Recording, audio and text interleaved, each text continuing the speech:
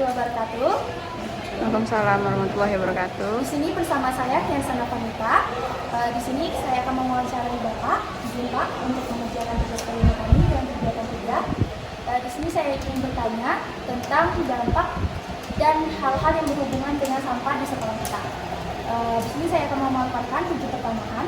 Untuk pertanyaan pertama, apakah perlu dilakukan sosialisasi tentang dampak sampah kepada siswa dan siswi? Menurut Bapak, sosialisasi tentang dampak sampah kepada siswa dan siswi itu perlu dilakukan karena siswa dan siswi di sekolah kita ini masih belum aware semuanya, ya. Rata-rata siswa dan siswi masih belum aware, masih belum perhatian dengan sampah. Contohnya masih banyak yang membuang sampah sembarangan, tidak pada tempatnya, dan juga tidak memilah-milah sampah dan membuang sampahnya itu masih di satu tempat saja. Karena kita kan sudah ada sampah yang namanya 3R, reuse, reduce, and recycle. Jadi masih perlu disosialisasikan dan masih perlu diperhatikan dan dibimbing anak-anak, terutama siswa dan siswi di SMA 3 ini. Bapak masih perlu, sangat perlu. Untuk jawaban tadi, di sini saya akan bersangkutan untuk pertanyaan kedua juga disampaikan, Pak. Kapan waktu yang tepat dilakukannya sosialisasi kepada siswa dan siswi?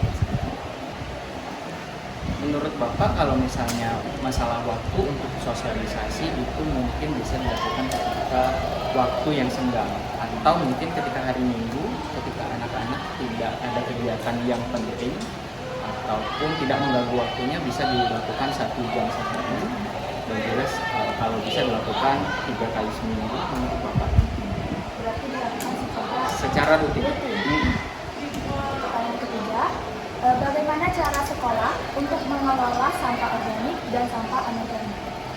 Sekolah sudah menerapkan dan juga menyediakan sampah dengan tempat sampah yang ada tanda reuse, reduce, dan recycle-nya. Jadi menurut Bapak itu sekolah sudah menanggulangi dan juga aware terhadap sampah-sampah yang berbeda.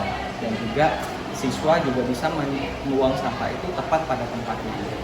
Dan juga menyediakan tempat sampah, tempat pembuangan sampah akhir yang ada di depan sekolah. Itu penanggulangan dari sekolah. Berarti sekolah menyediakan dan siswa dan siswi Sudah menyediakan.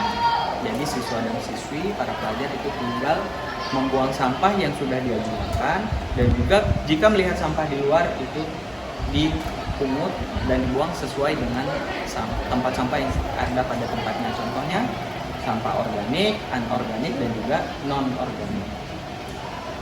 Untuk pertanyaan keempat, Pak, bagaimana arahan dan kebijakan para guru dalam menangani permasalahan sampah di SMA?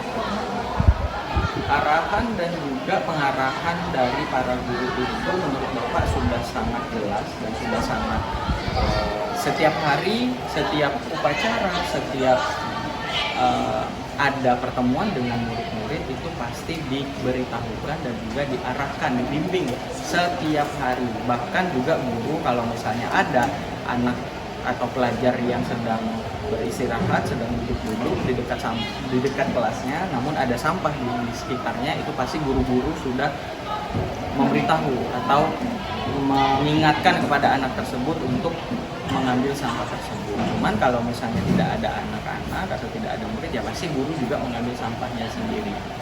Itu tadi. Yang penting para pelajar, para siswa itu aware, ya, perhatian sama sampah, karena sampah itu kan masalah yang besar ya bagi sekolah kita. Kalau sekolah kita bersih, sekolah kita tidak ada sampah, pastinya enak dilihat, dan orang dari luar, tamu-tamu dari luar yang datang ke sekolah kita SMA 3 ini pasti senang melihatnya sekolah kita bersih, tidak ada sampah satupun. Walaupun ada sampah bunga-bunga kering, balon kering, itu kan juga sampah. Jadi kita buang ke sampah tempat yang sesuai. Pertanyaan kedua, Pak, langkah apa saja yang harus dilakukan untuk mengurangi sampah di lingkungan sekolah? Menurut Bapak yang paling penting itu adalah tidak menggunakan sedotan terlalu banyak.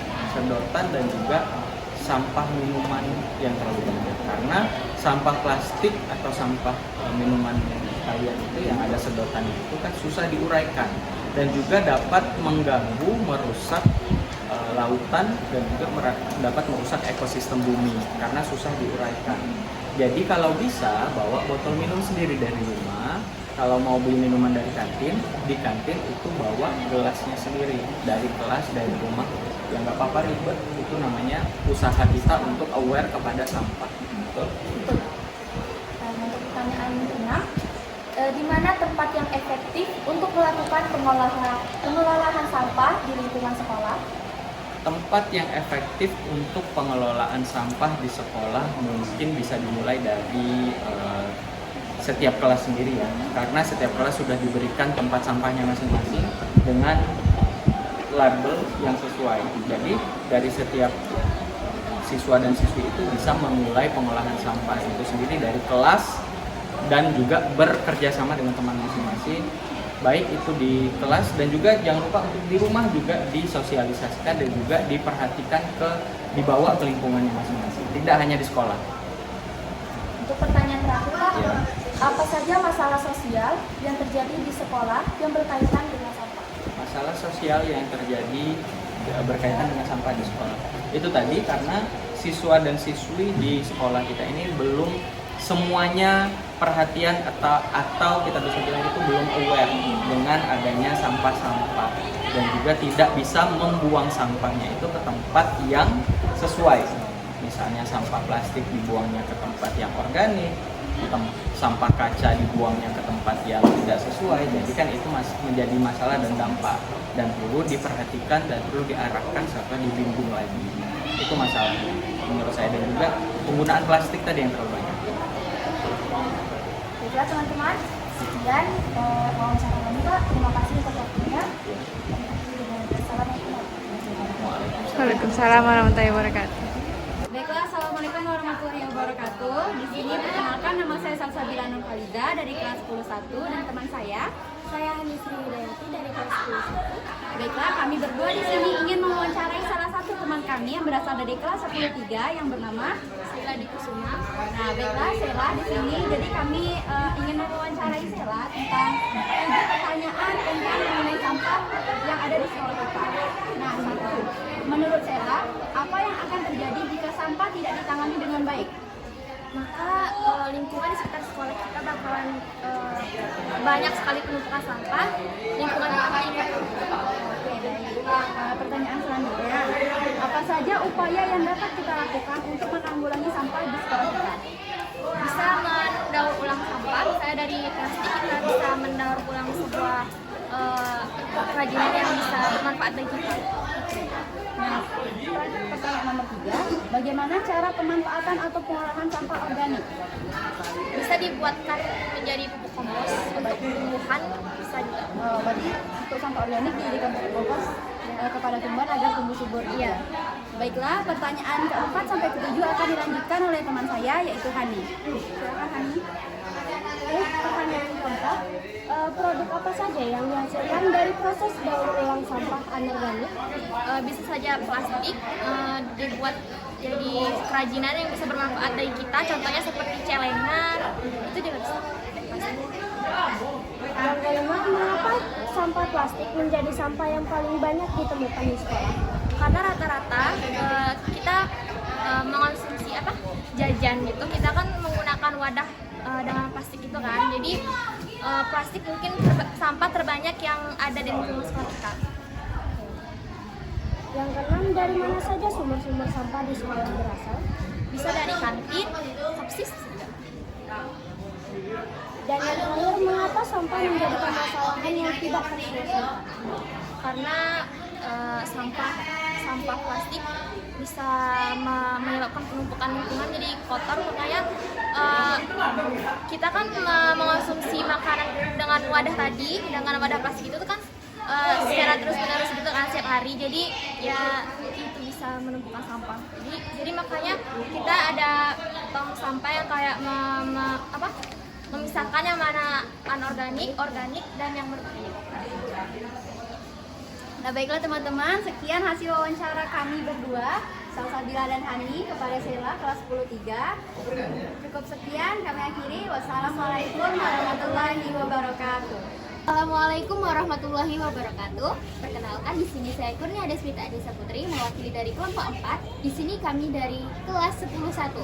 Nah, tujuan kami di sini ingin mewawancarai pengelola kantin atau kopsis mengenai sampah yang sedang bermasalah di lingkungan sekolah kita. Baiklah, di sini dengan Kak Ayu. Baik Kak, di sini saya ingin mewawancarai Kakak mengenai sampah yang sedang berserakan di lingkungan sekolah. Baik Kak, di sini saya akan memberikan 5 pertanyaan dan kami mohon jawaban. Mengapa sampah sangat berpengaruh bagi lingkungan kita, Kak? Yang pertama, sampah itu adalah positif dan dampak negatifnya. Nah, kalau dilihat dari sekarang itu lebih banyak ke dampak negatif. Pertama, kalau kebanyakan sampah, yang akan disebabkan pertama berimbas pada penyakit kan. Kedua, bencana alam. Lingkungan menjadi tidak asri dan bersih. Itu maka sampah itu harus perlu untuk ditanggulangi lagi. Berarti menurut Kak Ayu, sampah itu memiliki dampak yang begitu besar ya Kak, bagi lingkungan maupun diri kita sendiri. Baik, terima kasih Kak. Yaitu sekarang melanjut ke soal nomor 2. Siapa pihak-pihak yang memproduksi sampah Kak sehingga sampah itu sangat banyak dan mencemari lingkungan? Yang pertama itu karena kita di sini warga sekolah kan banyak terdiri dari guru, siswa, penjaga sekolah, satpam, hingga penjaga kantin. Maka yang memproduksi sampah itu warga sekolah utamanya. Berarti yang memproduksi sampah itu dari pihak-pihak sekolah sendiri ya Kak? Iya. Oke. Selanjutnya, bagaimana dampak sampah terhadap lingkungan sekolah? Dampak sampah tadi seperti yang Kakak katakan tadi mempunyai dampak negatif dan positif. Kalau dampak positifnya kita bisa mengurangi sampah dengan membuat karya kerajinan dan lain sebagainya. Kalau dampak negatifnya tadi yang saya bilang, pertama menyebabkan lingkungan tidak bersih, tidak asri. Yang kedua menyebabkan bencana penyakit itu. Soal yang keempat Kak, kapan kita harus mengambil tindakan untuk mengurangi sampah? Mengambil tindakan itu dimulai dari sekarang, karena tidak bisa untuk dibuat nanti, karena sampah itu ialah hal yang terbesar permasalahannya dalam hidup kita. Karena kita tinggal dan hidup dengan sampah ya kan, kita beli makanan, minuman itu yang kita pegang adalah sampah. Berarti harus sejak ini kita harus mengurangi sampah ya Kak? Dan ini soal yang terakhir, bagaimana cara membuat orang lain peduli tentang masalah sampah? Nah, sedangkan kita sendiri terkadang lalai akan sampah. Pertama, bagaimana cara kita membuat orang peduli? Yang pertama dimulai dari diri kita sendiri, niatkan dari hati untuk mengolah sampah dengan baik, baru kita bisa mengajak orang lain. Nah, kalau kita sudah punya niat dari diri sendiri, maka akan mudah kita mengajak orang lain. Baik Kak, itu pendapat dari Kakak mengenai 5 soal tadi ya Kak tentang sampah. Baik Kak, di sini kami mengucapkan terima kasih atas wawancara dari Kakak dan kami akhiri. Wassalamualaikum warahmatullahi wabarakatuh.